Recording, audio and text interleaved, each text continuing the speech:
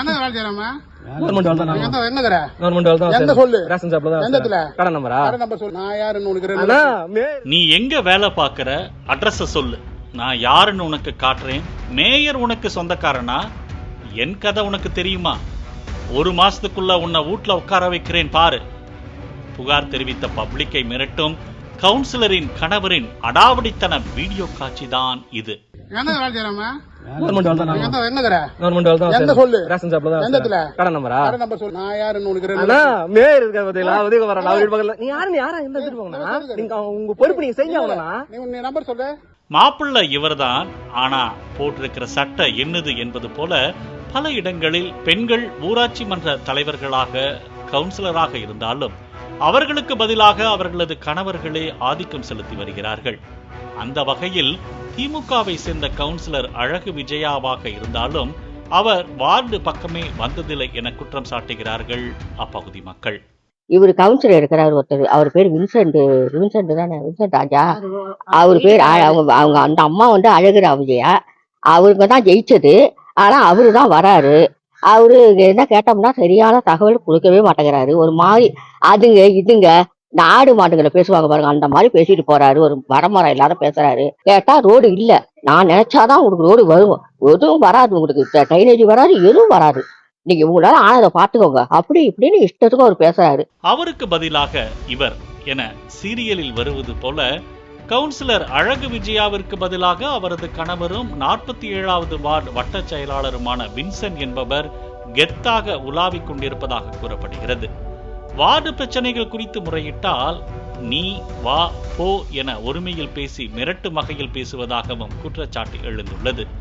மேலும் ஒவ்வொரு வீட்டிற்கும் 7500 ரூபாய் லஞ்சம் கேட்பதாகவும் குற்றச்சாட்டு எழுந்துள்ளது.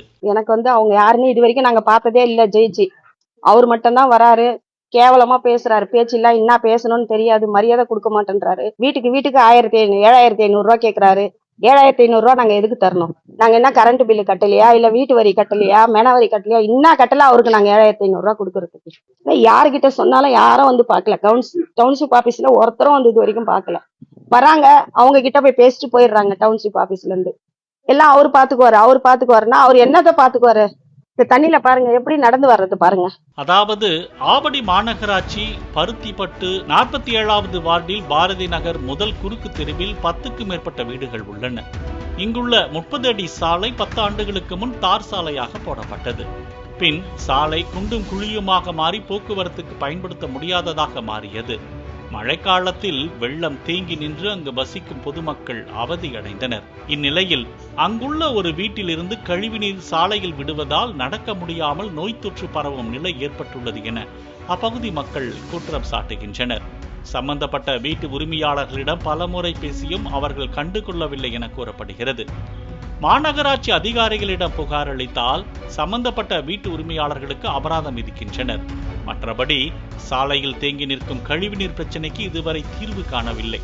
கடந்த சில தினங்களுக்கு முன் பெய்த மழை நீருடன் தற்போது கழிவுநீர் கலந்து காட்சியளிக்கிறது. இது குறித்து திமுகவை சேர்ந்த கவுன்சிலர் அழகு விஜயாவிடம் பகுதிவாசிகள் முறையிட நினைத்தால் ஓட்டு வாங்கி ஜெயித்த பின் அவர் இந்த பக்கமே வரவில்லை என பகுதிவாசிகள் குற்றம் சாட்டுகின்றனர். பின் அவரது கணவரும் 47வது வார்டு வட்ட செயலாளர் வின்சென்ட் என்பவரிடம் புகார் அளித்த போது அவர் முறையாக பதிலளிக்கவில்லை. மாறாக அனைவரிடமும் ஒருமையில் பேசி வருவதாக பகுதிவாசிகள் வேதனைப்படுகின்றனர். இது குறித்து கவுன்சிலரிடம் பேசிய போது இப்பகுதிக்கு இன்னும் பாதாள சாக்கடை திட்டம் வரவில்லை என கூறினார். இது குறித்து அதிகாரிகளிடம் கேட்டபோது பாதாள சாக்கடை திட்டத்திற்கான முழு பணத்தை கட்டினால் இணைப்பு வழங்கப்படும் என கூறினார்கள். நீங்க செஞ்சிட்டீங்க, நான் ஏன் கேட்க போறேன்? வந்து இந்த வேலை நீங்க யோசிச்சு பேச்செல்லாம் இங்க பேச கூடாது, எல்லாம் வீட்ல வச்சுக்கணும். ரோட்ல வந்து வச்சுக்கலாம். என் கதை உனக்கு தெரியுமா? உனக்கு யாருண்ணா நீங்க? அதுக்கப்புறம் சொல்லுங்கண்ணா. 1 மாசத்துக்குள்ள வீட்ல உட்கார வைக்கிறேன். யார உன்ன வீட்ல உட்கார வைக்கிறேன். யாரு உட்கார பாபா? உன்னை சஸ்பெண்ட் பண்ணி நீ சாட்சி இருந்தால 1 மாசத்துக்கு வீட்ல உட்கார வைக்கணும். பிரச்சனைக்கு தீர்வு காண பாதாள சாக்கடை திட்டம் வர வேண்டும் என்பதால் இத்திட்டத்திற்காக இருவர் முழு தொகையும் 6 பேர் முன்தொகையும் கட்டியுள்ளனர். கடந்த 1 மாதத்திற்கு முன் இங்கு பாதாள சாக்கடை திட்டத்திற்கு புதிதாக மேன்ஹோல் ஒன்று அமைக்கப்பட்டுள்ளது. அதில் பாதாள சாக்கடை இணைப்பு கொடுத்து பிரச்சனைக்கு தீர்வு காண வேண்டும் என அனைவரும் எதிர்பார்க்கின்றனர். இப்ப இவங்க வந்ததுல இருந்து தான் 1 வருஷமா தான் இந்த கம்ப்ளைண்ட் நடக்குது. நாங்க 6 மாசமா நாங்களும் சொல்லி பார்த்துட்டோம். நகராட்சிக்கெல்லாம் போயிட்டோம்.